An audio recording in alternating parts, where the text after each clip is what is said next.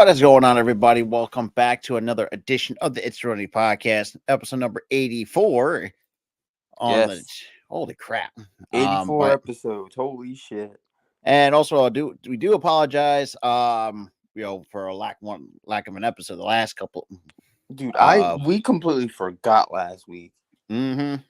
So apologies on that end. Yeah, sorry about that, y'all. But if you guys like this already, definitely share this out for sure. Get more people on it. All that out of the way. First things first. I know a lot of people didn't realize that. Yeah, you got Raw coming to Philadelphia this Monday. However, what people don't realize that WWE has booked a show at the 2200 Arena in Philadelphia, which is to be believed for NXT. Dave Meltzer of the Wrestling Observer reporting that WWE has booked the 2300 Arena, formerly known as the ECW Arena, for all the ECW fans out there. We all know, as well, in Philadelphia for a show which is believed to be for the November 6th episode of NXT. However, obviously the date's not kind of confirmed at the moment, but it is confirmed that WWE. I think NXT is coming to Philadelphia, but the date right now is currently is speculative at this point. Currently, at the moment. Now, I was thinking about it. You said it was because of the election and all that shit. I was sitting there thinking, the election ain't gonna be in no goddamn WWE Performance Center, so why would they move away from that? So that's still kind of like, I was thinking about it. I'm like, that kind of bothers me because it's like, it shouldn't affect the election or be in the Performance Center. There's more people that aren't fans that are, so it shouldn't have affected it. But so I don't know if that's true or not, but I do believe I think it's because they're on for TV purposes. Because remember, the election's on Tuesday, the 5th. But here's the thing, though, Rob. Again, how is that going to affect them? Because on Tuesday they're going to still show the election, so it doesn't matter. The thing is, though, I feel like they're gonna do what they've been doing since episode 1 of the new reboot on CW. Is they're going to tour different small venues. They're not just going to strictly stay in the Performance Center. Yeah, I mean that's what's happening. Because remember they went to the factory in Chicago. Yeah, or not in Chicago, in St. Louis. St. Louis. They went to the factory. Yeah, they were in a big arena for episode 1 of CW, but that was because it was episode 1 on a new network. Oh yeah, and plus too, you're one of the other big pro wrestling markets in Chicago. Yeah, and you're in a big wrestling market, but you wanted to start off with a bang, being in a big arena. But I feel like what's happening here is that they don't want to strictly be in the Performance Center. They want to travel to different places. So I feel like the election is a complete non-factor here. But and that's how I feel. It's like, all right, they're trying to tour different smaller venues, which I'm okay with that. And plus, probably getting well. That's what the second plus, Philly. Not everybody can go down to Orlando to watch NXT. Yeah, that's also true. You're getting a lot of these cities, a lot of exposure to NXT. All right, you can only watch it on TV. Now you can go to a show. It also depends on the area too. And take it from me, this will be the second time Philly is going to have an NXT event. Because remember, the last time Philly has had one was this past year's Stand and Deliver. Stand and Deliver WrestleMania weekend. Yep, WrestleMania weekend. Lucky bastards! You had WrestleMania there, and I moved. You're so never gonna let that go, are you? No, I'm gonna let. No, that's just me fucking playing around. I've already let it go. I got merch from that shit. That's forgiven. No, I would say the first couple of times. I mean, it was out of your control. You really couldn't do much. Can't do anything about it. I mean, it's all good. I joke around with it. I'm not serious. I'm not jealous or anything. I'm not serious. But yeah, again, they're trying to just travel to different venues around, and they're doing it like the smaller venues because again, NXT is a developmental based And plus, dude, the roster territory. is not that big, anyways. The roster's not huge. It's not huge. It's not like a Raw or SmackDown where you have like 10 or 15. I don't know, however many fucking people were on Raw and SmackDown because they only showed like a few fucking people. But like again, like you have a smaller roster as well, so you don't really 100%. have a lot of space to take up. Backstage you have like one or two locker rooms. You have the men and women's locker room, and that's fine. Hell, when they showed the locker rooms, uh, at the Performance Center, they look tiny for both men's and the women's. They look tiny. Oh yeah. Like usually the bigger arenas, they have tiny arenas too, or tiny locker rooms, but they only show one side of it. Um, Usually like the arena locker rooms are huge. Oh yeah. The arena locker rooms are huge. The stadium locker rooms when they go to like WrestleManias or like a SummerSlam or something like that, like their locker rooms are pretty decently sized too. Oh, But absolutely. you don't like when you have a limited roster, you don't have to take up that much space. So you can book you can afford to book the smaller venues like 2300 Arena or the Factory in St. Louis I mean, or shoot. I mean, a perfect example hell who's done that. Sam's Town and whatever the fuck city that's in. I have I no forgot. who. That's probably that sounds probably like a Vegas Yeah, area. yeah, it's Vegas. Yeah, Sam's Town in Vegas. But but it also drives home the fact, like again, I said it's developmental territory. Like you don't see minor league. I'm gonna go to your territory here, Rob. You don't see minor league players playing in fucking Citizens Bank Park. With Yeah, their well, yeah, minor league that's team. true. You don't Because see that. they They have have their own smaller based, you know, ballpark stadiums. with like limited fans. Like it's no different. It's no different here because Yeah, NXT is basically the minor leagues. yeah, exactly. So that's why they're also driving home that fact with booking these smaller arenas. But I don't think the election's at play. I don't. But yeah, but I'm kind of interesting to see what or how they're going to set it up because we all know that TNA did it, and from what I've heard, has some pretty good things out of that. When they were last time in the 2300 arena. Um, I feel like what they'll do is they're gonna set it up like they did at the Factory. A smaller ramp area. Now, I wouldn't have the damn announce table that damn close to the ring. yeah, at I least you gotta would have the. push it back a little bit. Well, it really Um, depends on the floor size. That's where my I feel like the Factory's floor size was just so compact. So yeah, they had it close. So I feel like it would be more so like that normal spot where it's like 10, like only 5 what 50, to 15 feet away from the yeah. ring. Not like it's like right next to it. Like that bothered me when they went to the Factory that one week 2. That bothered me. But I feel like it'd be a normal size Oh yeah, or a 100%. normal size, distance. So obviously we all know about it, and obviously moving on because we've seen a couple names that signed to WWE Legends deals. Obviously, probably the biggest one was Jesse the Body Ventura, because we all know him signing a Legends deal was a big. He got the last laugh at Vince after.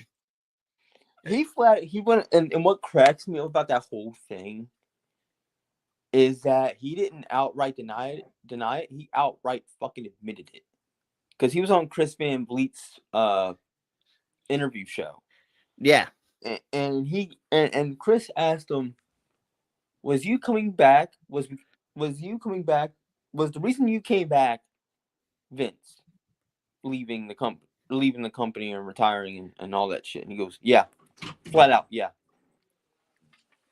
so, I mean, we really do think, and if Hold you, on, I mean, if hold you, on, hold on, Rob, mutant. but yeah, as Tyler pointed it out, and that's also true too. I mean, if you do, actually, I would definitely recommend go back to watch it and also kind of watch different also clips too of Ventura kind of talking about it. Where pretty much Vince pretty much didn't give two shits about him. Like the biggest point, unionized, and that's not and Jesse Yeah, and and that's the Jesse whole thing. That's why he had beef with Hulk Hogan, because Hulk Hogan ratted his ass out. And now literally nobody likes Hulk Hogan. I mean, well, that's no surprise. No fucking body likes that motherfucker. That's why nobody's starting to like Taker. And nobody likes Kane. And it goes past, and you know for a fucking fact, people are like, oh, why do you hate people because they're political beliefs? It goes past it, man. Mm-hmm. It goes past it. It goes But you supporting a hateful fucking jackass. That's all it is. That's why people don't like Hogan, people don't like Taker now, and people don't like Kane. So last week we did have another name that did sign a Legends deal to WWE. I think this is no surprise to this individual, and that is Hornswoggle. Has become the latest better show up under the ring. He better show up under the damn ring. He better be showing up under the damn ring, or it's I'm gonna hate it. I'm gonna hate it. You better show up. I mean, so far in terms of the names that have signed Legends deals, I mean, with Hornswoggle being the latest, Jesse the Body Ventura, Diamond Dallas Page, Jacqueline, who I still think looks fucking great after all these years. Wait. Back up. I'm gonna talk about DDP for a minute. I'm shocked he already didn't even have one. I didn't know that either. Because he showed up as a legend multiple fucking times. So I'm thinking, oh, he's on a Legends deal. Because usually that's what the Legends deal is. They show up, for appearances. During Legends nights or anniversary shows or whenever they want him to just come in, hit a diamond cutter, and leave. Yeah, when you he's least done expect that before. it. He did that shit to Heath Slater one time, which was funny as shit. I think it was at Raw 1000, if I'm not mistaken. Yeah, he got beat up by all the fucking legends. Oh yeah, that was one of the funniest episodes of Raw. Just seeing Heath Slater get his ass whooped. Funny. He's like, God damn it! I'm gonna call the next. I mean, the fact that it's the same guy who got beat by Lita, and also took beat by Sid. Got beat by Doink the Clown. God rest that man's soul. Yeah, God rest his soul. God, who else? Oh, right. Oh, right. This is also the guy APA, who took a he got beaten the shit out of. Yeah. I mean, here's another moment. I mean, the fact that the same guy who took a freaking platinum record over the head by Cyndi Lauper. Oh no, yeah, she came in and hit him with a she just cracked him. It's like, God damn. I'm like, you had an 80. I'm like, really? You came in and beat an 80s pop star? She just whacks you over the head with a fucking vinyl or whatever the fuck it was? Yeah, like a platinum record. That's sort of thing. Bodied by a pop star. And it's also kind of crazy too. Like, and we also talked about, wrestlers who look good after all these years. Case in point, because Jacqueline also we saw news about with her. She looks wonderful. She's like, I mean, you'd be surprised, and I'm kind of glad that Jacqueline, I saw you with the bangs. You pull off bangs very fucking well, Jacqueline. Who was it? No, was it Jasmine one thinking of that hit the crap out of Harvey Whippleman? Is that the who am I thinking of? No, it was Jacqueline, I think. Is it Jacqueline or Jazz? It's one of those two. I think it was her first women's title. If I remember correctly. It could be one or the other. I have no freaking clue, but it's going to come to me. Because she was before Jazz. Jazz came in like a little bit later. Oh yeah, that's what with the evasion. I think her Harvey Whippleman feud was like in the 90s, and Jazz okay, that makes sense. Still in ECW. Yeah, which is kind of crazy. I can't really. It's hard for me to picture Jazz in ECW. It's kind of hard to picture that too. Because I've grown up accustomed to her being WWE for however long she screams the company. Same with Jacqueline. I don't think she screams WWE. It's just like we just got used to seeing her in it. But that's my thing. But obviously, Hornswoggle spoke to fans during an ACW Wisconsin show. The 38-year-old said he wanted to break the news to him first because they always support him throughout his career. Says, quote, I thought you guys should be the first to know as of last week, I signed a WWE Legends contract. Thank you to each and every one one of you for supporting me, for having my back, for believing in me. This is for each and every one of you. Thank you guys. End quote. Honestly, So I feel like Jacqueline said this, right? Hornswoggle. Oh, Hornswoggle. Dude, we always have Hornswoggle's back. I never really I could never understand the hate that Hornswoggle. I remember when Hornswoggle got all the hate for the crappiest of reasons. Either way, he got hate. No, the thing is, he got hate because of the whole Snow White debacle, and he was like saying he was dogging the main actress for not wanting actual dwarf characters. Yeah. Which he came on the show. He's like, dude, I'm a dwarf. Why is that a problem?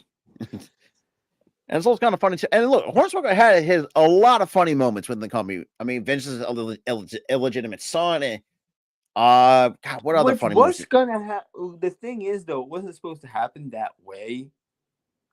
But Mr. Kennedy was such a jackass and got himself suspended. Yeah, I forgot. Yeah, that was changed it to Hornswoggle for whatever fucking reason. And that was funny. That was hilarious. I mean, the fact he also held he was hugging his leg and he was trying to move out the fucking way. And that's the one thing too. Like, I think too. Correct me if I'm wrong. Is Fit Finley even on the Legends contract? I don't think he is. He signed, but he signed as a trainer. He's a trainer. He's a trainer. He's not. Oh, okay. He's not on a Legends deal. He's on a trainer's deal. I mean, either way, I mean, this is the same guy who freaking pretty much, I would say, in a way, women's division. He saved it. Yeah, and I think he did talk about one comment where I think Trish, he did say when Trish broke her nose during one practice, like she had that shit like taped up and kept going. She kept working. Fuck it, I'm gonna keep on fucking rolling and let's go, And also too, another person I think doesn't get a lot of credit, but I give a good portion of the credit, but not just Finley, Stephanie too. Like try to put, and it's like women's wrestling today wouldn't have been possible without with Finley and Stephanie. Yep. I mean, shoot. Like, and yeah, we're in the dark. It's still, I mean, we'd say slightly dark.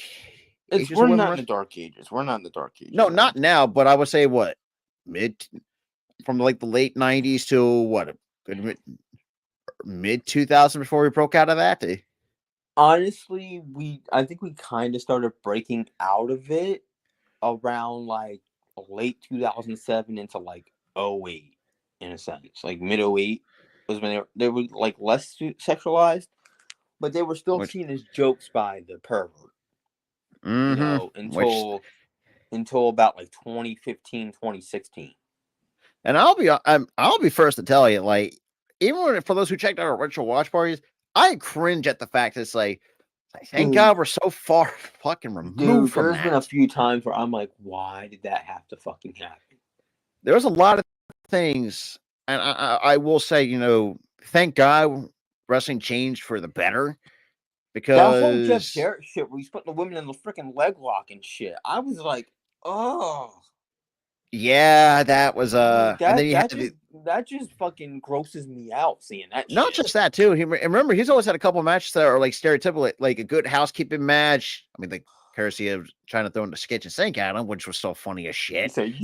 And not to mention, dude, he's also trying to cheat his way, trying to hit with the IC. I was like, that's not a household item.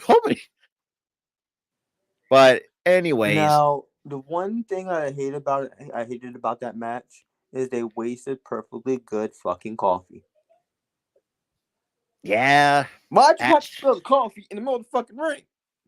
And it was like dark roast too, you bastards. Fucking bitches.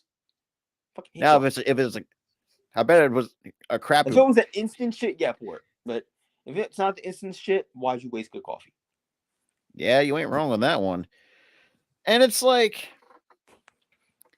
I don't know. Like, I'm kind of curious to know who else is going to be on a Legends deal because you're missing I think one more. I think you're missing Victoria. They put Victoria. Oh, I forgot about her. Oh crap! They put her on a Legends deal, which she looks fucking great too. Not enough. That is not enough. Put her ass in the Hall of Fame. That's what all we're fucking do it for that point. About it for the last few years. Put her in the Hall of Fame. God, who else is well overdue for the WWE Hall of Fame? Well, definitely. I know Psycho Sid's going to get in at some point. Psycho is posthumously getting in this year, most likely. God rest that man's soul. That God still. rest his soul. I don't know why they wait until wrestlers have to die before they put him in, but I don't know I either, guess but he should have already been in. But they'll um, posthumously put him in. because I know Cindy Lauper's already in the celebrity wing. We all know that. Oh, I'm not so sure. then what's probably I'm not fucking sure. no, Bray Wyatt just Luna's go already already. Goddamn. Luna's already in. Bull Nakano was already Bray just got Wyatt just go inducted. the fuck in. What the fuck? Wait, Bray Wyatt. oh god, that's gonna fucking hurt like a bitch, man. It'll hurt, but it's gotta Son of happen. a bitch. He was that beloved. Hall of Fame. Boom. God, if that's gonna be the case, it's got to. Hey, you can say, but longevity, he didn't do enough. He's dead. He couldn't do anything.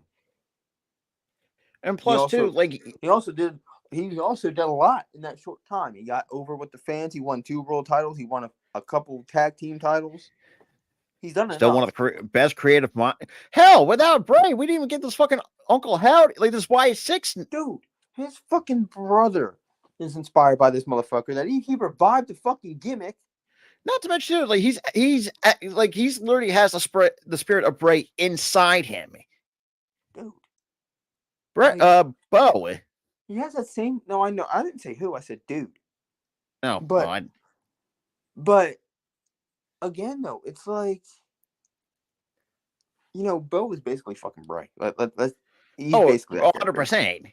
And I feel like you can hear the inspiration and shit.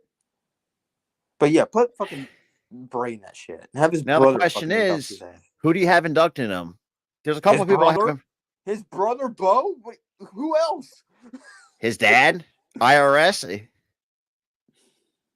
There'd be an emotional. It's gonna both fucking hurt. Anyway, it'll hurt either fucking way, but it hurt. Either way, we're gonna get our hearts broken, and someone's gonna be chopping the damn onions. Hurt, but here's the thing: it would hurt either way, but it would hurt more that if Bo did it, dude. It would hurt way fucking more if Bo did it. I mean, look, I'll tell you from firsthand on the show, like, because how do I explain this? If you, for those that, okay, I know it's kind of like beating a dead horse. I know, but for those who are kind of newer around this show, so we did one episode. I didn't think it was not supposed to be a tribute episode, but until we had the breaking news, we had the breaking news earlier in the day for Scott Hall. Yeah, via Kevin Nash, and it's like, son of a bitch. You came in. My heart sunk.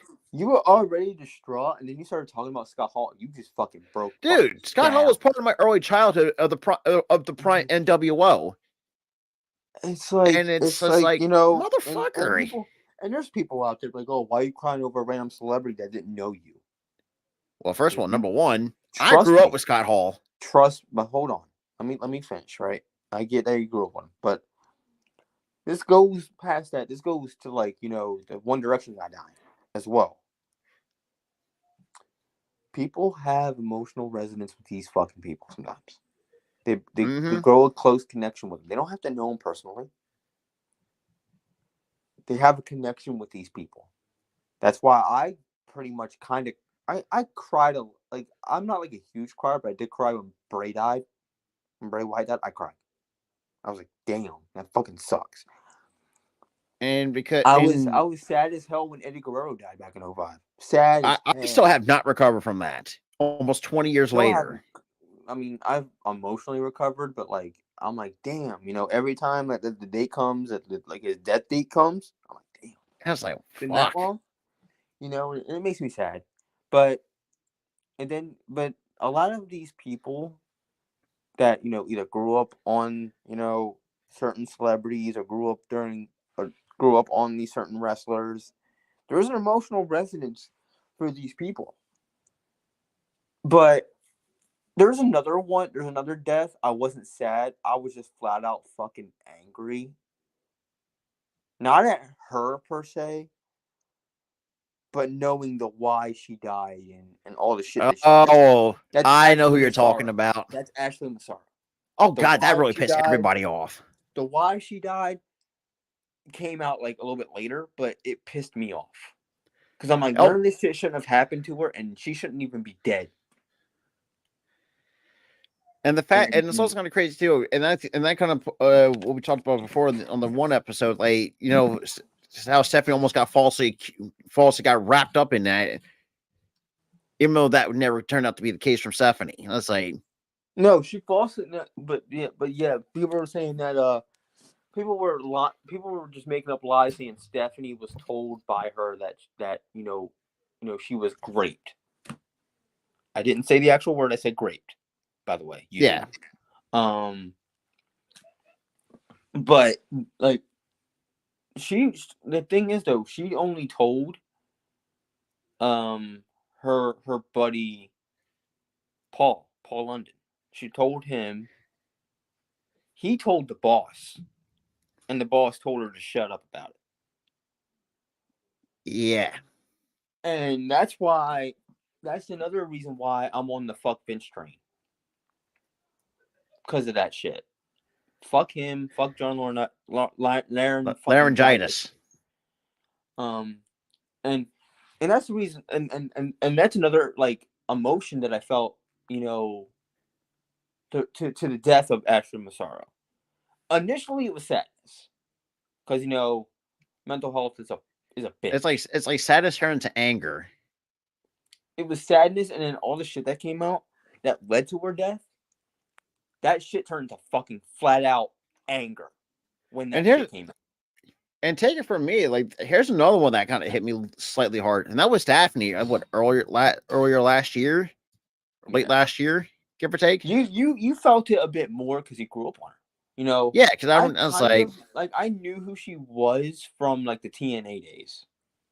Like I knew who she was then. And I didn't really see enough of her to like feel like full on sadness like you did. But like I was sad because it was like a human being died because of suicide. And that shit always hurts. Oh, it does. And that's the funny thing too. For those who kind of been around the show, like I hardly ever show emotion on the show. But no, it was like one I said, time. with the Scott Hall ones, I had to get like that whole was a time mess. I'm like, let it out, man. And I heard you weep that entire time. I'm like, let it out, dude. And that's all I could say was let it out, man. It sucked. I mean, because and Eddie was just, well, I won't say I wasn't hurt too bad by Eddie, but seeing like some of the video packages almost 18 years later, 19 years later, it's like it would have been awesome to see if had Eddie not passed away, see what the work that Dom's doing. That would have been fucking like a full circle moment for me. Fucking loved it, dude. I would. Because but yeah, because it's basically Latino Heat 2.0. I mean, according to the shirt. So I mean, but the thing is, though, Dom did it better because he got 2 women. Well, not just that too. I mean, you also got to look like the spirit of Eddie is running through Dominic Mysterio. Oh yeah, for sure. Like he grew the fucking stash like Eddie. He grew the mullet like Eddie. Eddie did have a mullet. He had a mullet until like 03. I think before. Yeah. Okay. Yeah. And then he had that buzz cut after, which looked cool as shit. Or no, he had a mullet. Then he had like long strag. He had kind of cut the mullet. I think also had frosted tips, from what I remember too. He cut the mullet. Then he got like a little bit of like a frosted tip look on him, and then he cut his hair to a full buzz cut when he turned heel the first time, which lasted like a month. When Tajiri wrecked his car. But that was a weird ass fucking heel turn. It lasted like a month. But yeah. But in short, it's like, and what, like, and even retirements fucking hurt too. Retirements, they hurt, but not like that much in a way. I don't cry to retirements. I'm sad to them, like, oh no, my childhood's ending. I don't cry to that. I think the only one that I cried to was the guy that I don't like now, who shall not be named ever again. But I think the one that's mostly gonna hurt me December 2025. Because I literally grew up from day one with this dude. Mhm. On my TV. And that's Cena. Cena, I started Yeah. watching when around the time he started wrestling for WWE. Yeah. Now I'm seeing that finish. So that's probably gonna, shatter me a little bit. Get me teary eyed. I don't think I'm gonna full on cry because it's just a retirement. It's not a death. It's not the end of the world. I'm gonna see him in movies and shit. It's not like I'm gonna see him again. He's gonna do movies and shit. So I'll see him like every other movie. But yeah, like that's gonna shatter me a little bit. But I normally don't cry to retirements. I didn't cry when Ric Flair retired initially. I didn't cry when Shawn Michaels retired. I was only bummed when Triple H did because it was like sudden. I was like, damn, And man, that sucks.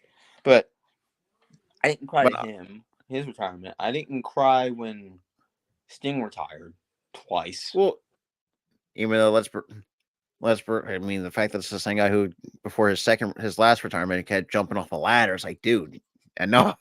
Bro, the one spot I'm like shouldn't have happened was that one table spot when he fucking missed a table and he whacked his face with the table and cut his shit up. I'm like, yo, you're dumb. You shouldn't have jumped off that shit. You're like a 60 And he something year old pretty much man. ate that You shit don't like need a to jump. champ. He ate it like a champ. Came back like a month later. But like, I don't cry to retirements normally. I only cried to one. I don't really cry to retirements. But yeah, I mean, Scott Hall, like I said, Scott Hall was the first wrestler. Like I said, in terms of me growing up, when I first got into wrestling, I like, and which kind of stinks because if I was like, because I never got to experience the Razor Ramon era of Scott Hall. The cool guy character.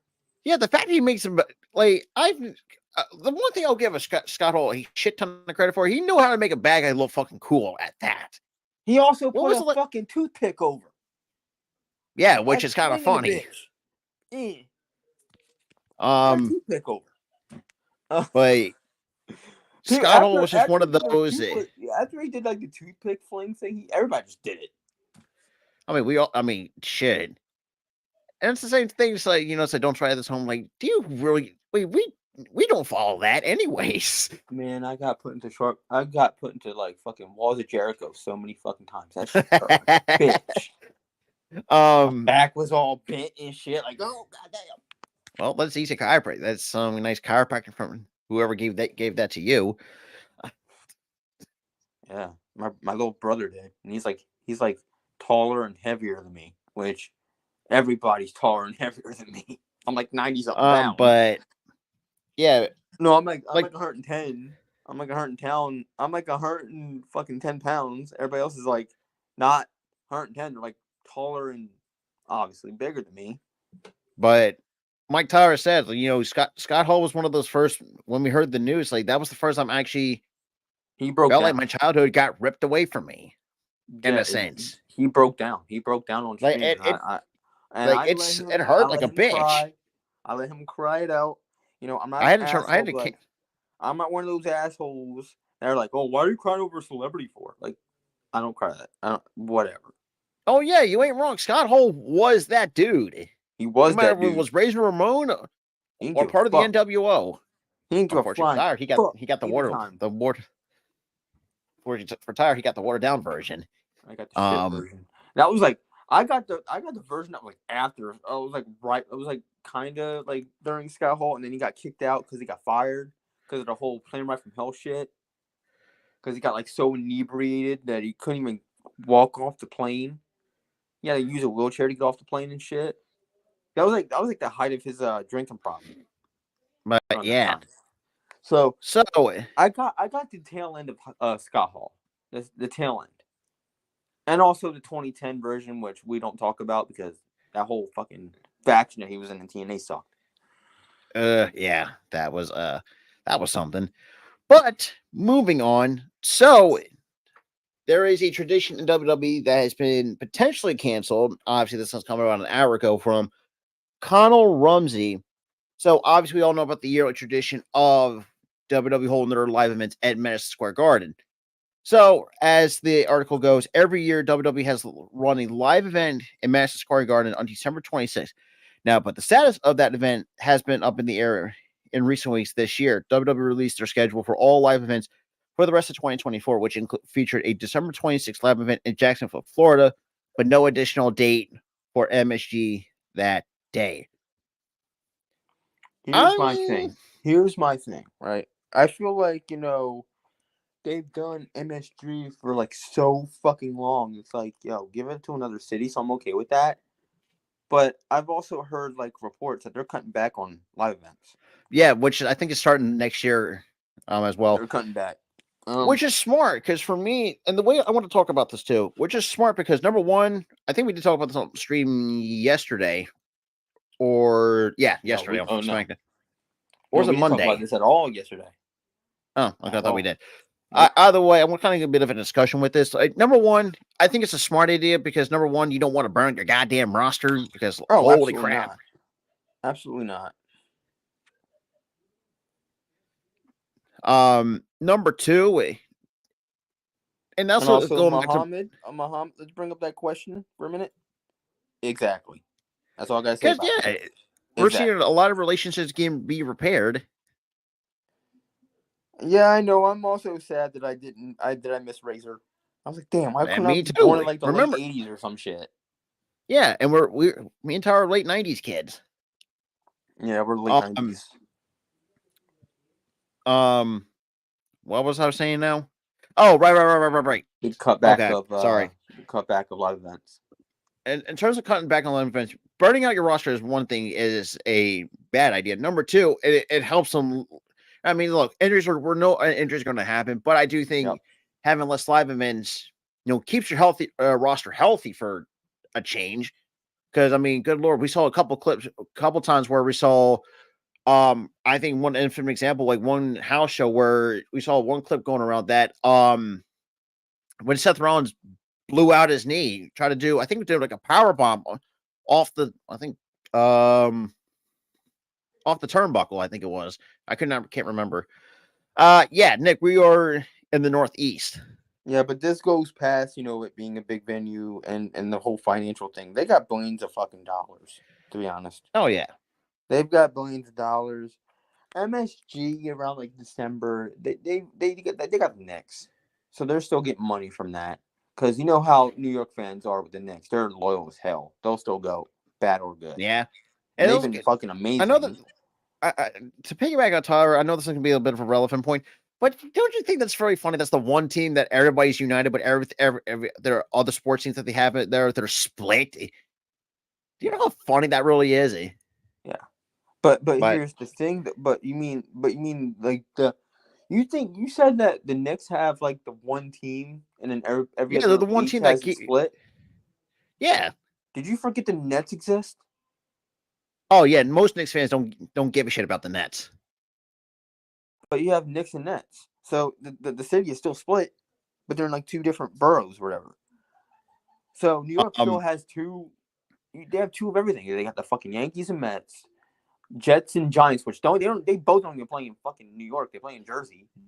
Then you have the Knicks and the Nets, and then you've got the fucking Islanders and fucking wait, are there two hockey teams? Yeah, the Islanders and the Rangers. Islanders, Rangers. They got two of everything. Yeah. So they got two of everything. My point is booked as venue for prestige. It's not a venue that's booked for financial gain. Yeah, but true. Yeah, true. Because MSG is a prestigious venue.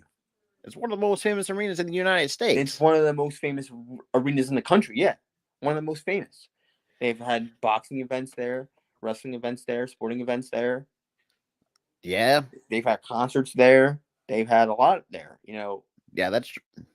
If you look at any entertainer, like whether it's a singer, a wrestler, a sports star, they want to play in MSG. They want to perform in MSG because it has a prestigious value to it. But also, too, like, go to Prudential, go to Barclays, go to other places in New York. Like it pales in comparison to It what. it pales in comparison, but still, go to other places as well. MSG, I get it, it's prestigious. You want to go there constantly because of the prestige. I get it, but go to a different place. And also, with the cutback of live events starting next year in 2025, you don't know if MSG will ever be scheduled again. So we're gonna have to wait and see how this plays out going into next year. If it Hopefully it survives the is, cut, because we don't want to lose that prestigious value. that But is good point. don't have it on December 26th. At least have it in a different month of the year. Have it a different month. Don't have it during the holidays. From December, Because that's bro, and if we're gonna having do a wrestling events cut, on the holidays is a bad idea. yeah, if we're gonna do a fucking, if we're gonna do like a holiday tour, do like early December. Don't do it Christmas time when you're cutting. Like they're cutting back on live events. Have the 25th to the 1st off, Exactly. and then the second, and don't even have a day one pay-per-view because fuck that. Because that's fucking dumb, anyways. It's dumb, and I barely watched the other two because they were like throwaway shits. But have like a have like from December 25th to the 1st, take the holidays off. Hey, Nick, we appreciate that. Yo, we appreciate it, man. You guys are fun to debate. I have a podcasting channel of my own dedicated to pro wrestling. Our weekly podcast, Nick Club Wrestling Happy Hour, extends a friendly invite. Oh, that's awesome. We would love to, man. And We yeah, would love to. and Eric, well, it's going to be more like the best of. I think that they're going to do every. They do that. They do that they do that every year. They don't even have taped or Which live I'm shows. fine with. And it gives us our time with family and friends as Yeah, I mean podcasters. that's kind of the point of the holidays. We do raw watch-alongs every week, and that gives us our time with our family during the holidays. Which Mm-hmm. And also, obviously Christmas and New Year's is very family and friend centric. and you'll be drinking a lot too. So, Yo, I bust out the fucking Broken School beer during fucking New Year's. call Bro. me. Anyways, before we get off the beaten path here, because obviously, I know Crown Jewel's not really has. I know since everything with this deal with Crown Jewel. AEW should not. No, I don't think any wrestling company No, should. Every wrestling company should take the night off on Christmas night. I mean, there's certain holidays you should take the time off of: Thanksgiving, Christmas, New Year's. That's pretty much about it. I think Thanksgiving is man, because all you're doing is eating food on Thanksgiving. Yeah, that Thanksgiving or football. Yeah, it's either Thanksgiving. Yeah, it's like either. But then again, though, too, you got to worry about the bubble guts with these wrestlers, how their stomach's feeling after. Yeah, that's yeah, you don't want those. Then again, good Lord, for your stomach's sake, take the fucking night off. I mean, take it from but having bubble guts is not me too. I've been trapped in a bathroom a few times after Thanksgiving. But with Crown Jewel coming up in November 2nd, I know there's a lot of mixed reactions with that. How are you in particular? However, I'm not going to get into that because I'm done talking about that. Whatever. However, though, so we could potentially see new debuts. Like I said, this is basically predictions of what kind of debuts we could see at Crown Jewel. But like I said, nothing set in stone. But go over this list a little bit, so we can see it's a possibility or is it too soon. Number 6 to kick it off is Ethan Page. What, showing up at Crown Jewel? As a potential debut at Crown Jewel. Like these are this list. I wouldn't reserve a debut of any kind. At such a throwaway event because they don't book it like a credible show. They book it as a throwaway live event. That's one of the reasons why I don't like because they book it like a glorified house show. They don't care two fucks about it, Yeah, That's that's why they're also a good like. point too. That's why Liv and Nia seem so meaningless because they're fighting over a title that like Who gives a it, shit about it? It's like nobody gives a fuck. And also Gunther and Cody, no one, people would care about it if the fucking main title was on the line, but again, it's for a title no one fucking cares about. So that's throwaway. So I don't think they're gonna have a debut on a throwaway show. That's just my thing. so. Karrion Cross was actually, I don't know if we saw the Karrion Cross Oh, Christmas for sure. You can hit us up on Twitter. Hit us up on Twitter, Nick. Twitter, or you can hit me up on IG. Or yeah, and you hit me up on Oh yeah, you can hit him up on IG. I barely use IG for anything. I mainly use Twitter, but the Twitter handle obviously is right there, so you can hit us up there. Absolutely. So Karrion Cross was on the Chris Van Fleet show. Chris actually kind of answered asked this one question. I thought this was a very interesting to Karrion Cross. Like talked about how intimidating he was with a bald head. People want to see him shaved. It's like, but I did like this response from Karrion Cross. It's like it really depends if the story calls for it.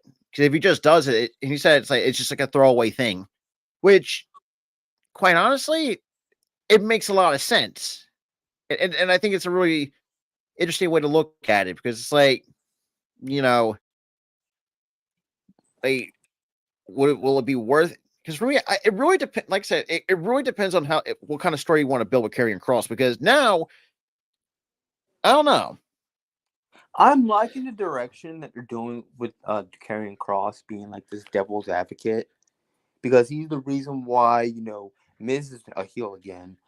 Oh Why God, Xavier is so on the fence with Kofi and he's about to turn. yeah, He's the reason why AJ turned. and also The way that hopefully the way AJ has you a speedy know recovery with the Liz Frank injury. yeah, that shit Damn it. sucks. I hope you rest up and heal up, brother. But again, like he's the reason why a lot of these people that he's gotten into their ears, they've turned on their partners because he's that devil's advocate. He's telling people that what they already know in a sense. He is what he is what Sean O'Hare in 2003 should have been. Yeah. And that was the direction they were trying to go with him. They're going with that same direction with Karrion Cross, and it's working pretty decently well, in my opinion. Oh, 100%. It's working pretty well. So I'm liking the character thing. I still don't get the whole psychic card thing that Scarlett does when Oh, the she tarot hands him a cards. fucking card. I think it's the whole future telling the future thing, and that kind of fits into it as well. Which as I'm speaking, it's starting to make sense. but Yeah. But yeah, I'm liking that direction. I'm liking the character. I get people are like, oh, he doesn't look that intimidating with long hair. And trust me, we entire we're also part of that too. It's like, But I then don't. it kind of grew on me. I'm like, okay, long hair. He didn't wet it. That's the problem. When he started wetting the hair, I'm like, he looks more Oh yeah. intimidating. He looks more intimidating now because he wet the hair. And he looks like, and when he looks down at and he looks over the hair, it's like, oh shit, he looks like he wants to kill somebody. Mm-hmm. He looks And it like plays a Rocky. little bit into that mind games that we know he can do. He plays into the mind games, and that's why I like Karrion Cross as a character. He plays into the mind games of his opponents, gets them to turn on their partners. He don't even got to lift a finger. No, because the psychological warfare pretty much take care of itself. The character takes care of it psychologically, and that's Mm-hmm. awesome. I love the character. So another thing with Karrion Cross, obviously, obviously we did talk. We all know that we all want to see the women's mid card, title one for both Raw and SmackDown. But Karrion Cross, it also did specifically took to social media and called for WWE to add a championship for extreme / hardcore type of hardcore wrestling, which I mean, shoot, I'm all fucking for it. with the resurgence of blood in Why the fuck WWE, not? why the fuck not? Right? Now the question, why the hell not? We already got blood back in WWE, so why the hell not? Which is, and now I kind of, yeah. yeah. I mean, shoot, like we see matches, and obviously we saw that street fight with Zachary Wentz and Wesley on NXT, and well, that would have been Could have interesting to had say. blood. Would have been nice, but I guess they didn't really call for it. I feel like CW mistakenly misled us because before the episode they mistakenly rated the show TV-14 when Yeah, it wasn't supposed to be. So we thought, oh, we're gonna get blood, we're gonna get some violence, like because of the street fight. We were like, okay, we're gonna get blood in the street fight if it's gonna be TV-14. It was a mistake. It was PG. which was fine. It was fine, but for a blood feud like Wes and Yeah, Zachary Wentz, like the week before they were throwing fucking F-bombs at each other. oh yeah, Like God, 15 F-bombs in one promo. I'm like, yeah, they're gonna because make each it other reminds bleed. me. God, I feel like because I can't remember especially what with the one promo, but I feel like I've seen this type of setup once. Oh wait a minute, I think was it Randy or Matt Riddle? Did I remember seeing Seth something and like Matt Riddle. Seth and Matt Riddle. oh Seth? And he was like, because Seth was like, your wife and kid don't want your bitch ass anymore. And he's like, I'm gonna I was fuck like, you up. oh And then crap. Riddle's like, I'm gonna fuck you up. Where are you? I'm gonna fuck you up. But yeah, blood should have been called for there, and I kind It's too much for blood feud. They should have had blood on that one, but again, I think it was like still too close to bad blood, and they were planning on having blood anyway. With Punk and which Drew. also made kind of sense too, in its own right. Holy it was crap. too close because before the CW episode, they had bad blood. They already had blood. It was too close. It was too close. Mm-hmm. That Saturday. Holy crap! I can't believe that Drew pulled an Eddie Guerrero and mistakenly cut deep.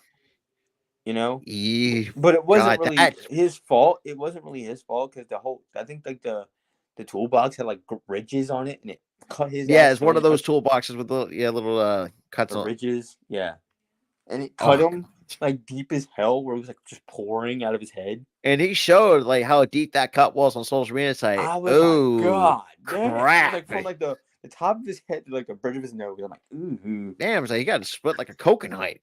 Holy crap! He definitely got split like a fucking coconut. Like trying to hit trying to bang a coconut onto a rock. That's how his head was. Yeah, and but yeah, like with blood back, you definitely have to like watch a little bit. Like, don't hit a guy too hard where a catastrophic incident like Drew happened. It could have been catastrophic. Luckily, the motherfucker was okay. But I mean, luckily he didn't. Yeah, I mean, he didn't lose too much blood where he's stumbling all over the fucking ring, and all he had to do was like wipe his like face. It was getting into his eye. He couldn't see. Yeah, which is kind of which is always when you're bleeding. It happens. It even happens when you're bleeding a little bit. Like it pours down into your eye. And that shit's obstructs your vision. Mm-hmm. But like back to the Karrion Kross one hardcore matches. Why the fuck not? There's exactly. blood already. It makes a lot of sense. There's blood in WWE. You've already had hardcore matches before. Have a hardcore match. Now, would you do the 24/7 shit? Oh hell no! Hell no! I was thinking. Because let's be real, it was fun first time around when Crash. It was Crash. For some reason, why my brain almost went with hardcore for whatever fucking reason. Look, I'll give Crash the benefit of give some credit for that, but at the same time too, it's like I didn't like the 24/7 kind of concept. The thing is, though, it made it too comedic. It did. It made it way too comedic. You had guys like the fucking Hurricane win it, and then he gets mollywopped by Molly. And the fact that, take it from me, I'm the one who had the count R-Truth. He's a 50 held that belt 54 times. When you first said that, I'm like, how many times did he win the shit? And you're like 57. I'm like, how the hell did you count that much? I don't know. I lost count after like 10.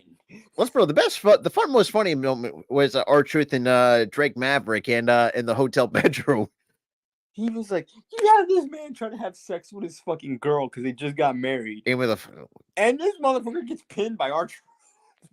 But Yeah, but yeah, thank God that concept's out the window. Like, just have it as like its own standalone belt. Yeah. Just don't do nothing fancy with it. It's What up, just Steven?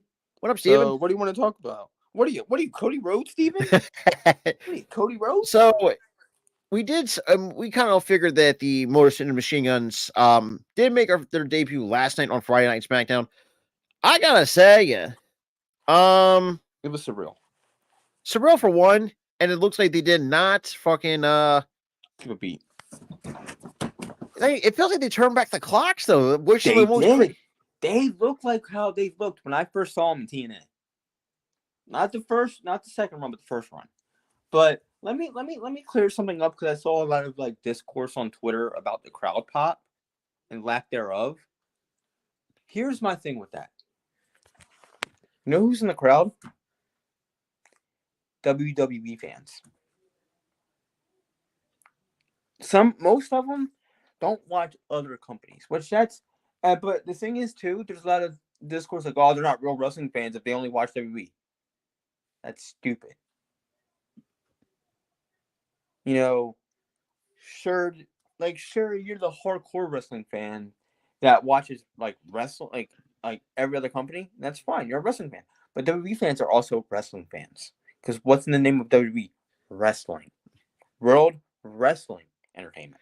and that's the thing. And yeah, and which is true. You know, I can't really fault for some of the crowd not knowing. Yeah, you can't really fault it, Steven, because they're WWE fans. They don't know who that they are, but that's the beauty of it because they didn't know who LA Knight was. They didn't know who CM Punk was initially. But guess what happened? They worked themselves to get over. Hell, Now, this is a test for Motor City Machine Guns. Can they get over? for me, And I think they I can. believe in my heart that they will. Because let's be real, for a decorated tag team as the Motor City Machine Guns, there's They found ways to get over everywhere they've been. Exactly. Japan. And that resulted in tag team gold. Hell, even singles gold for that matter. Yeah, but I'm not talking about titles. I'm talking about like the crowd themselves. They managed to get over in multiple companies, albeit smaller venues. I don't think they ever worked like a big arena before, like ever. Yeah, that's also true too. But the thing is too, like they've gotten over in Ring of Honor, TNA on multiple occasions. New Japan, they got over. That one appearance in fucking AEW they got over. It was like one appearance. Yeah. And I feel like, that's now it's their time to test it. Can they get over with this bigger crowd? Can they get over with a WWE crowd? That's the beauty of it. Like you don't have to exactly know who they are. You don't exactly have to like other companies. You don't have to go, oh, Google it. You don't know who they are. You're not a real wrestling fan. Like that's stupid. That's a stupid discourse. Yeah, but that's a really stupid discourse. How come WWE has a small set? That's a good question. That's for NXT. That's for NXT. Or is it the I think it's just WWE in general in its entirety. Oh, you mean like the entrance area? I think so. It's because they're selling out more. The reason why they had like the big ass set was because they're not selling out. Now they're selling out because lo and behold, the company is good again, so they're selling out. I think they had like 50 something sellouts in 1 year this year. They had like 30 something TV sellouts and like 20 something, live event sellouts. Yeah, which they've only done at this point, I'm not sure. I'm not going to be too sure. They've only done like 20 something live events. Let's be honest. Yeah. But that's the reason why the sets are small is because they've sold out, and sorry, Tyler, I don't want to the crowd is getting pushed. And hold on, I got to be right back. I have to do the fantasy shit. You're good, man. You're good. We're streaming. Damn it. But yeah. But yeah, like I was saying, like it's so compact. And of course, they have to gloat that I lost week fucking 6. I'm 0-6. Fuck up. At least, at least, sorry, at least you get the benefit of having the number one overall pick. And I won't fuck it up again like I did this year. What the fuck? All right, so let's not even do. Let's not do. I get the fourth pick. All right, let's go and get this motherfucker. Boom. All right. But But yeah, again, like, but hold on, let me finish. That's the reason why they actually, have a smaller set because they're selling out more people. The people are getting more pushed like towards. I don't know how to explain it. Like, there's more people, so you don't have enough space for a bigger stage. yeah. That's why. And I think also Triple H did talk about that. That he don't want to go back to the bigger stages because it kind of just It was too much. Too much. yeah. Um, I Which feel like is I the mean smaller stage is fine. Like, I'm content with not having themes anymore. I'm content with it. Like, whatever at this point. I want themes back, but again, you know, you can't do a theme set because, bigger fucking you need a bigger stage for that. Don't yeah, have enough that's space for it. Which I'm okay with that. I'm okay with that. Just mm-hmm. give me just for love of God, can you just get rid of the plain ass white ropes? Give me blue and red. That's all I want. That's all I want. Give me the blue and red ropes. So I can distinguish what the fuck show I'm watching. Yeah, that's also true. Um But but yeah, but that's the thing about Motor City Machine Guns is like their true test is now. Can they get over with this bigger crowd that don't even know who the fuck they are? And it's fun. And, and and again, the whole rhetoric of, oh, you're not a real wrestling fan. You don't watch other companies instead of WWE or with WWE. Like, no. You're a wrestling fan regardless of whatever the hell you watch Wrestling Rise. exactly.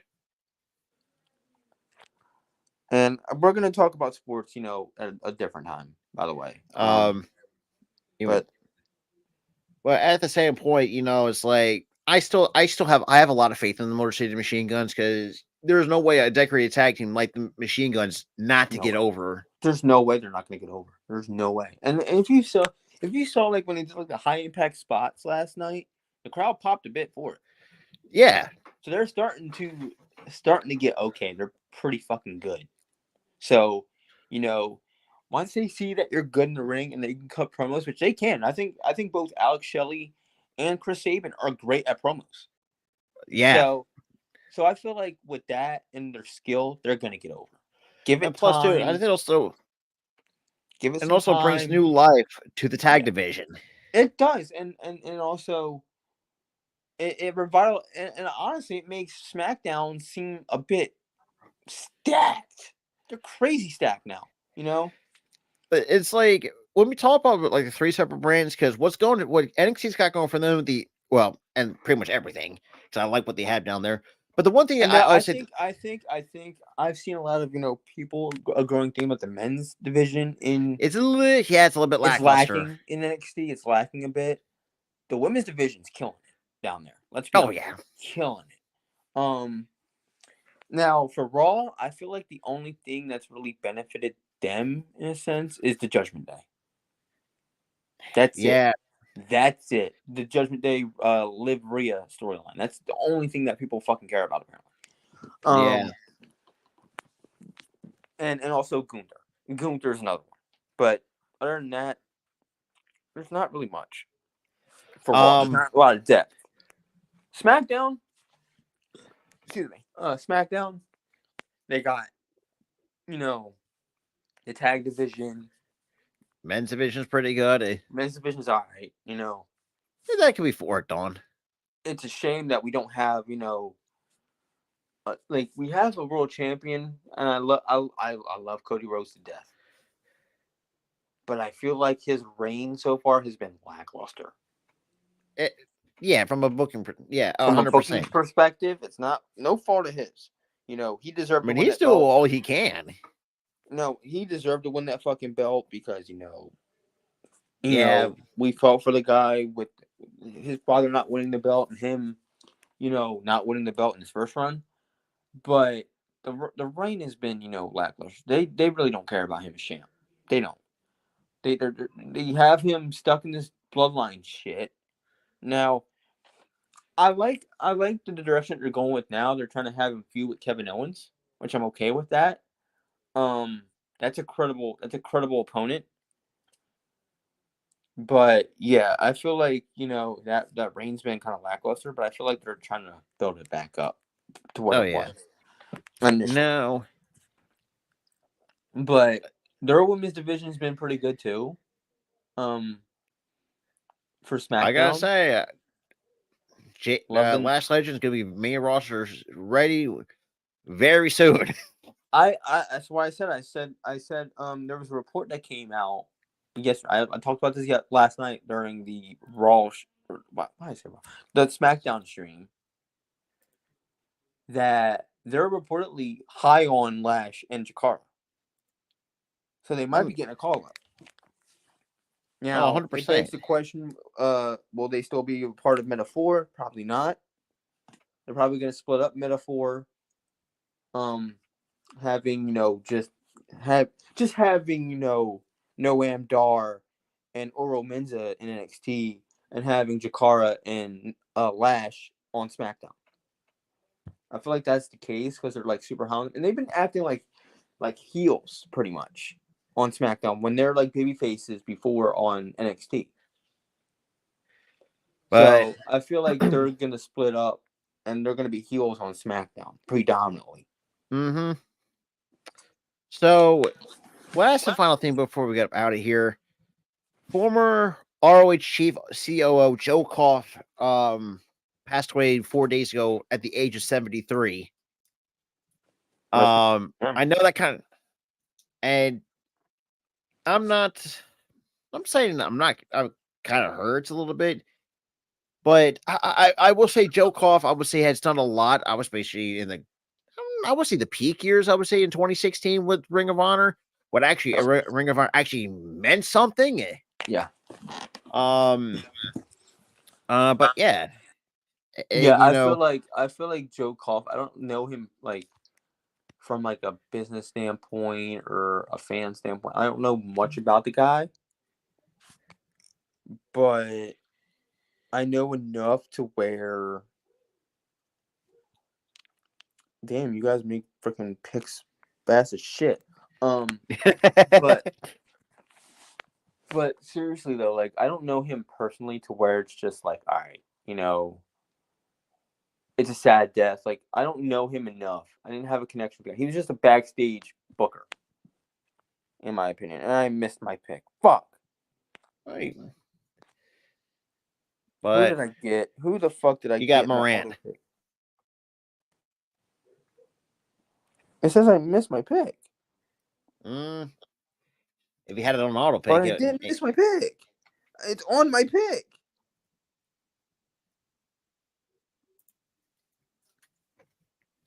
Oh, well, that's not on my pick. Because I didn't see that he freaking tagged me in the chat. Told me I'm ready. But yeah, I don't know much about him, so I'm like, it sucks that somebody died. It sucks. But I didn't have that emotional connection to the guy because he was just a backstage booker. Oh, same here. But the It's a one thing, like I shame that he said, the one passed thing away. He did a lot for Ring of Honor in its heyday. I mean, Before good lord, I Tony mean, Khan guys, bought that shit what? and ruined until Tony Khan bought that shit and ruined it. But still though, he did a lot for Ring of Honor. I thank him for it. He gave us the likes of like Adam Cole, Roderick Strong. I mean, guys like I would see some underrated guys like Silas Young for me was it's still completely criminally underrated. Oh, criminal. I don't Yeah, care what sure. anybody says. Criminal. I mean, Jay Lethal when he was there. Dalton Castle. Funny character. Which is kind of funny too. Like, all right, I wanted to little story time here. Like, I was not a complete hater of Dalton Castle, but he was like in the way that Joe Hendry was. It took me a while to buy into the goddamn gimmick. The thing is, too, I'm like, for like that first like few weeks I was watching. you're back on the clock. All right, but for the first few times I was on fucking the first few times I was on watching Ring of Honor in 2016. I didn't get the character either. It took me a few months, and I'm like, all right, he's pretty Why is the fucking clock so fucking fast? 30 fucking seconds.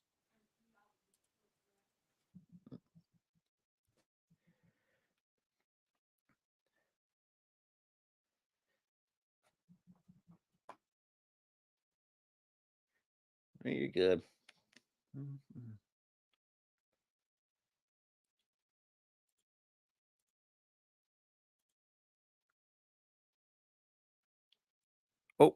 Oh, there goes.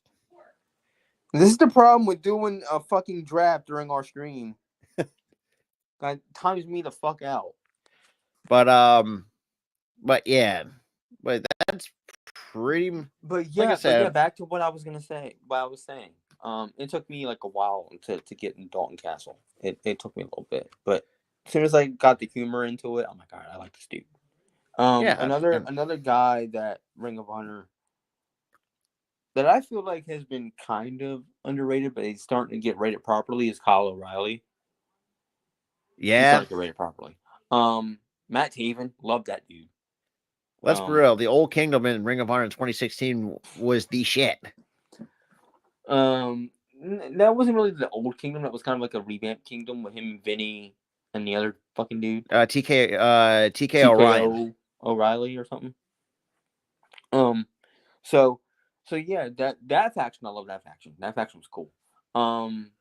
We also had, especially the women's division too. I mean, Kelly Klein's one of them. Loved her. Kelly Klein. Oh god, who else was fucking shit? Kelly Klein. You had what's her fucking face? Face? Not the women's division, but you also had the fucking Briscoes in 2016. I almost completely forgot about them. Fucking Briscoes, one of the best tag teams in Ring of Honor. Yeah, fight me on it.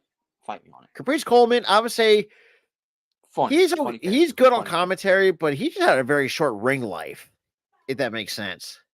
He was older around the time. He was older. Kenny King's another one that comes to mind. Kenny King. When you look at that roster from both the men's, the women's, and the tag divisions, hell, even the 6-man tag division, they had some. Hell, without fucking Ring of Honor, we wouldn't even see Deonna Purrazzo in wrestling. Yeah, that's true too. She got her fucking start. You got Kelly Klein. You got what is her fucking name? I can see the face, but I see the face. I forgot the fucking name. Crap. I know who you're talking about. It's the one that had problems with the company because they were sexist as shit at one time. Oh crap! Fuck was her fucking name? I have no freaking clue. Either way, her, who else? Hell, if it was for Ring of Honor, we would have Roxanne Perez. Yeah, that's also fucking true too. I forgot about that. Because remember, before she got signed, in the dying days of the first Ring of Honor, she was the champ. Oh yeah. Shit. ROH had the Motor City Machine Guns. Yeah, but we've already known who they were at that point. Yeah. TNA. That's more of TNA's doing. Shit. Hell, without ROH, we never would get Damian Priest or AKA Punishment Martinez. No, we would have never gotten him. That was where I became a fan of Damian Priest when he was initially Punishment Martinez. I initially liked the character, and I was like, for me, compared to Ring of Honor in his WWE run now, I feel like his run now is kind of lame. Even though it's still freaking amazing, it's kind of lame because he's not that dark character he was. I was expecting him to be like that. I was expecting him to still be that dark demon-like character that he was in Ring of Honor, but he completely ditched it to be like himself in a sense, which I'm okay with that. Whatever, but it's kind of lame. But I mean, he's himself, but it's all good. I mean, shoot, who else? Who the fuck else? ROH, first time actually getting used to the Young Bucks. Young Bucks, yeah. Even though now they're virtually fucking hated. Shane Taylor's another one. Shane Taylor, yep. Still badass as usual. Hell, we saw the researchers of Christopher Daniels there. The Yeah. resurgence of it. So the resurgence. No, it's kind of funny too. Like, it's the first time I actually got a chance to see. It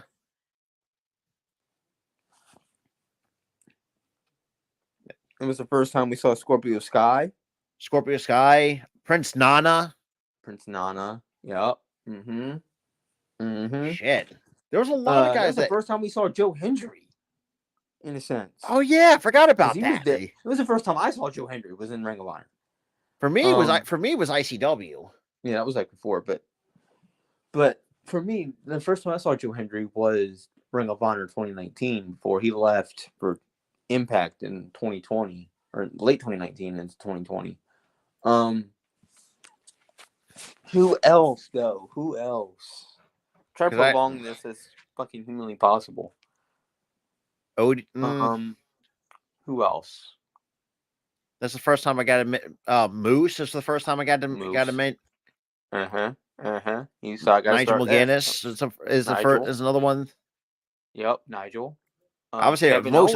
I would say another one. I would say that's. Kevin Owens when he was Kevin Steen. Oh yeah, El Generico. Yeah. And no, he's not Sami Zayn. El Generico works at an orphanage. Yeah, that's also true. Bryan Danielson. Well, Seth Rollins, aka it was Tyler Black. Tyler Black. A lot of people forget he was known as Tyler Black. The coolest motherfucker was named Tyler.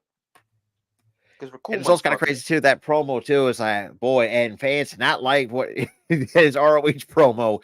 Before he went to heel. He was a heel. He was like, I'm gonna take this fucking title to the WWE. Fuck you guys, in a sense. Which he was a heel. Made sense. Who else? And for the women's, I would say Mandy Leon. It's another one that comes to mind. That's the fucking name. Fuck. Because I was thinking, I'm like, fuck. Who is it? It's Mandy Leon. But Mandy Leon didn't have no, that wasn't Mandy. That was the one that you named before. The one that Kelly Klein had issues with the company. Mandy Leon, I liked her. She was awesome. Hell, she liked. I think she liked one of my Instagram comments on my last Instagram. And I freaked the fuck out about it. Hell, here's a tag team: the War Raiders or the War Machine. War Machine. Yeah, Eric and Ivar. Yep, Eric and Ivar. We could do this all day, but Ring of Honor. I'm looking. Yeah. I think that's about it for all. Oh yeah, Jackson, the one that comes to mind. Dragon Lee. Dragon Lee. Yep. We wouldn't have. Unfortunately, I'm going to go with this route. Funniest wrestling name of all time, Cheeseburger. Cheeseburger. Honestly, I don't give a fuck. I will fight for that dude, Cheeseburger. Okay. He may have had a wonky ass another one that comes to mind for me. Another one, Trent Beretta. Yeah, you know what's funny about Cheeseburger though, Rob? Shoot. As soon as it wasn't his in-ring work. It was as soon as I heard that goofy ass theme of him walking out and the tagline and the title card came up and it said Cheeseburger was his name or whatever. I was like, I like this guy. You had to see his fucking work in the ring. I'm like, I like him. But that's pretty much. But yeah, another one, CM Punk. Yeah, it's kind of funny too. Now that when he busted out Colt Personetta for the first time, it's like, huh. I was like, wait a minute. He had this shit in Ring of Honor? Yeah, it was like. I mean, either way, CM Punk had two banger themes the fact that he started his WWE with fucking Kill Switch Engage, and then he went with that the second theme. I'm like, you had bangers on two fucking fronts. What the hell? Yep. Yeah, Brody King's another one when he first made his debut in Ring of Honor. Rest in peace to him. Or Brody. Not Brody. Bob Evans. I have no idea who that is. Who? Bob Evans. Are you talking about? Evans?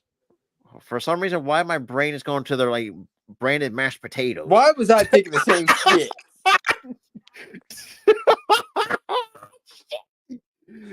Yeah. Who has a wrestling name the same as the breakfast place?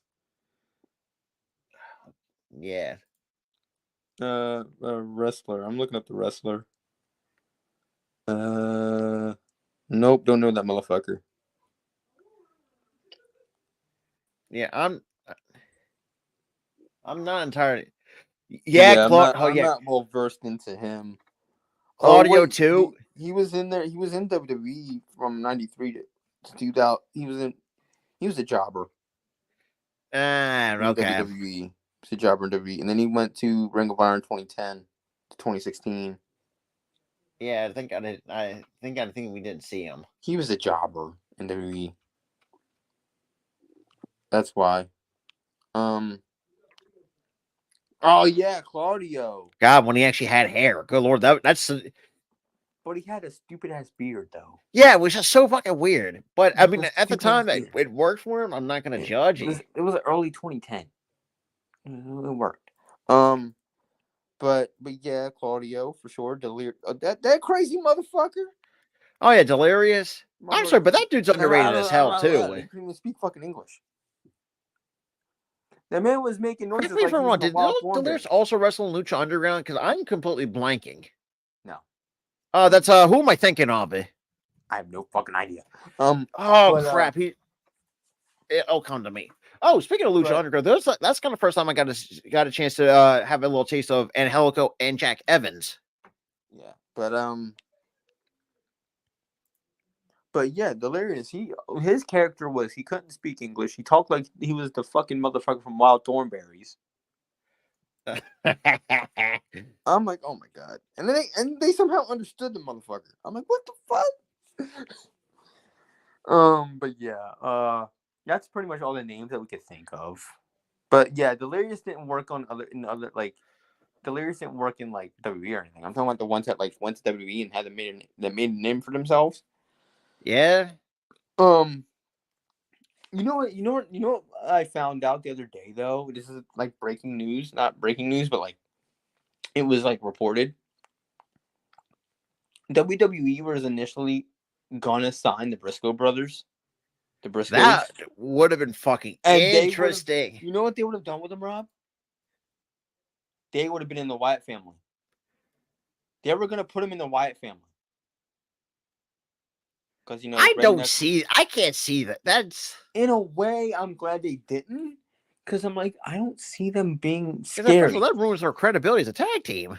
Not really. They didn't ruin their credibility. They would ruin their own credibility with that group because I don't know if they can tap into being scary. Like, a Brody Lee or an Eric Rowan or a Braun Strowman could tap into being scary. Sorry, I'm reading Gully's comment. Oh, Robert, go to hell. Go to hell. Go to hell. I stole DeMar DeRozan. That's what that's all about. Jesus. Who the fuck did you take? I took DeMar DeRozan. Oh, go fuck yourself. Why'd you take DeMar? And no. Fuck. Let's see. I don't even know who's on the clock anymore. Dub is now. All right. But besides that, we're gonna wrap it up here. Appreciate you guys hanging out for another episode of the It's From the Podcast, episode number 84. I'm tripping over my words.